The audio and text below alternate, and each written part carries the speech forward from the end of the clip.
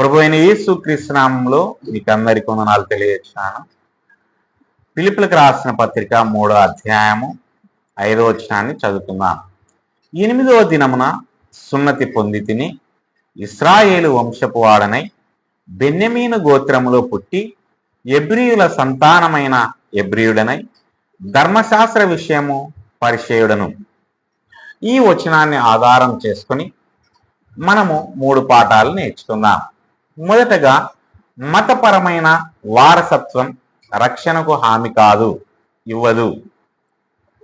పౌలు తన నేపథ్యాన్ని సున్నతి పొందాను, ఇశ్రాయేలీయుడు, బెన్యమీను నుండి వచ్చిన వాడను, యూదుల ప్రమాణాల ప్రకారం పరిపూర్ణుడు అని జాబితా చేస్తాడు.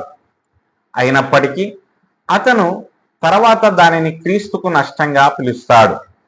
మతపరమైన కుటుంబంలో లేదా సాంప్రదాయంలో జన్మించడం ఒక వ్యక్తిని రక్షించదు. క్రీస్తుపై విశ్వాసం ద్వారా రక్షణ కృప ద్వారానే. రెండవది, మతపరమైన స్థితి మరియు జ్ఞానం ఇప్పటికీ ఆధ్యాత్మిక అంధత్వానికి దారితీస్తుంది. పరిచయుడిగా పౌలుకు చట్టం గురించి లోతైన జ్ఞానం మరియు ఉన్నత మతపరమైన హోదా ఉంది. అయినప్పటికీ అతను ఒకప్పుడు దేవునికి దూరంగా ఉన్నాడు.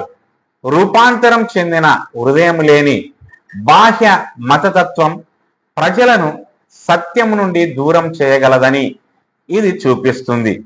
మూడవది, ఏదైనా వ్యక్తిగత లేదా మతపరమైన విజయం కంటే క్రీస్తును తెలుసుకోవడం గొప్పది. క్రీస్తుతో పోలిస్తే ఈ గౌరవాలన్నీ విలువలేనివని చూపించడానికి పౌలు సిద్ధమవుతున్నాడు. ఆధ్యాత్మిక జీవితం విజయాలపై కాదు, యేసుతో ఉన్న సంబంధంపై నిర్మించబడిందని ఇది మనకు గుర్తు చేస్తుంది. నిజమైన విలువ ఆయనలో మాత్రమే కనిపిస్తుంది. దేవుడు ఈ మాటలను దీవించునుగాక. ఆమేన్.